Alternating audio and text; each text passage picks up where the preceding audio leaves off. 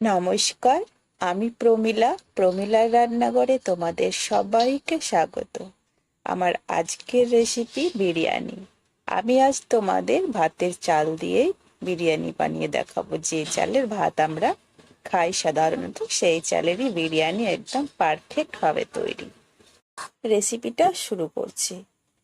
প্রথমে ভাতটা বানিয়ে নেব। তার জন্য প্রথমে জলটাকে খুব ভালো করে ফুটিয়ে নিয়েছি, আর কিছু গোটা গরম মশলা দিয়ে দিলাম, তেজপাতা, গোটা গরম মশলা, জিরে, আর দিয়ে দিচ্ছি লবণ। লবণটা যেন একটু বেশি পরিমাণেই হয়। আর দিয়ে দিচ্ছি 2 চামচ সাদা তেল।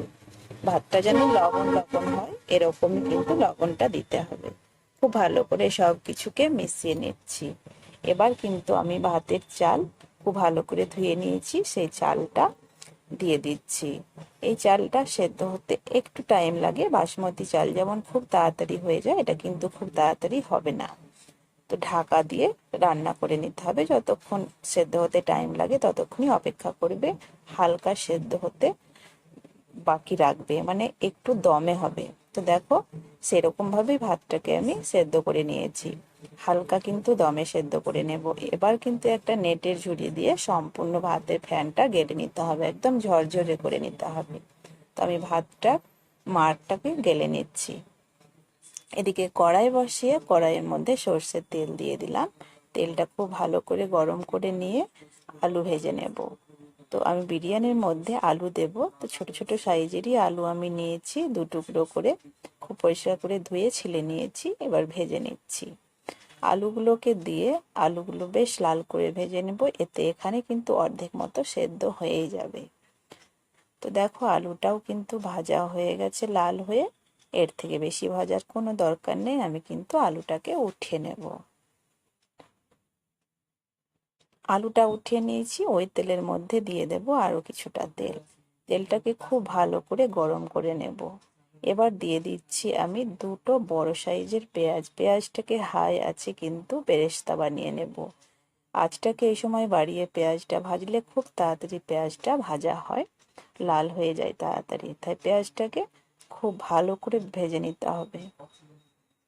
পেঁয়াজটা কিন্তু ভাজা হয়ে গেছে। কড়াইয়ের সাইডে আমি একটু লাগিয়ে দিচ্ছি, এতে করে তেলটা ঝরে যাবে। তখন কিন্তু পেঁয়াজটা উঠিয়ে নেব। তেলটা ঝরে গেছে। এবার এক সাইড থেকে পেঁয়াজগুলো আমি উঠিয়ে নিচ্ছি। ঠান্ডা হয়ে গেলে এই পেঁয়াজটা কিন্তু একদম মুচমুচে হবে। এই পেঁয়াজটাকে বেরেস্তা বলে। এবার ওই তেলে বাকি কাজটা করে নেব। ফোড়নে তেজপাতা দিয়ে দিচ্ছি, একটা শুকনো লঙ্কা ফাটিয়ে দিয়েছি, 1/2 চামচ গোটা জিরে দিলাম, 2 দারচিনি।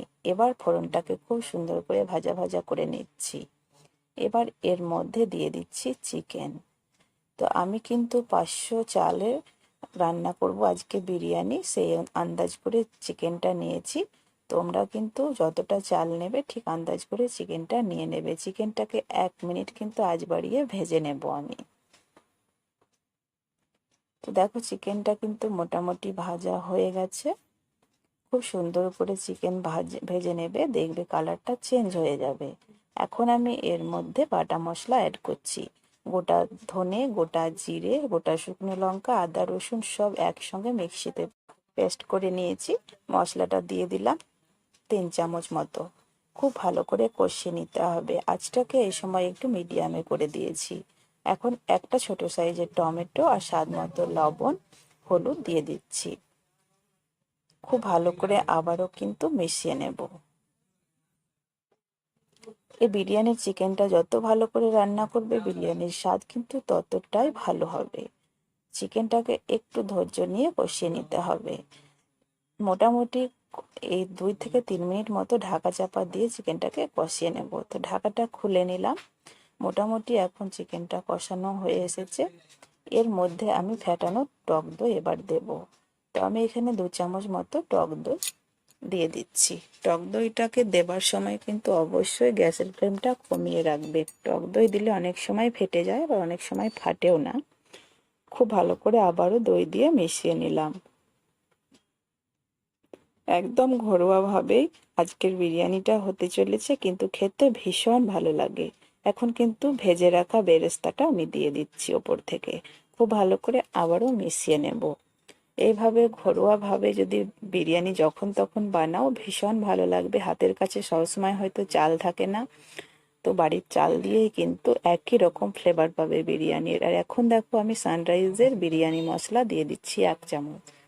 তো খুব ভালো করে আবারও সব কিছুকে মিশিয়ে নিচ্ছি। আঁচটাকে এখন মিডিয়ামে রেখে এই কাজটা কিন্তু আমি করছি। খুব ভালো করে ঢাকা চাপা দিয়ে কিন্তু আমি আবারও বলছি 2 থেকে 3 মিনিট কষিয়ে নিতে হবে। এখন আমি ভেজে রাখা আলুটাও এর মধ্যে দিয়ে দিচ্ছি, তাহলে আলুটা খুব ভালো মতো সেদ্ধ হয়ে যাবে। তো আলু দিয়ে আবারও ভালো করে একটু নাড়াচাড়া করে নিচ্ছি, আবারও ঢাকা দিয়ে দিলাম।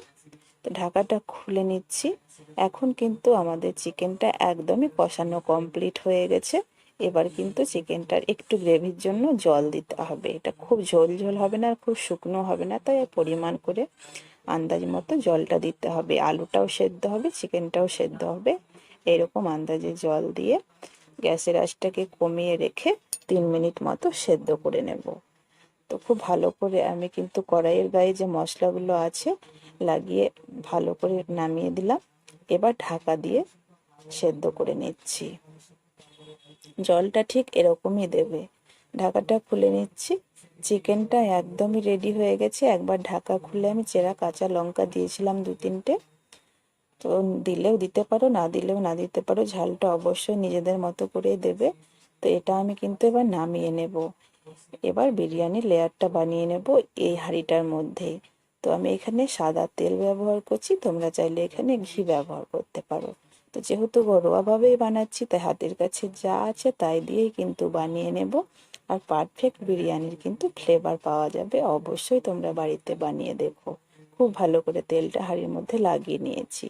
এবার অর্ধেক মতো ভাত আমি দিচ্ছি। ভাতটা খুব গরম আছে, আমি চামচ দিয়ে দিয়ে দিচ্ছি। অর্ধেকটা ভাত আমি কিন্তু দেব।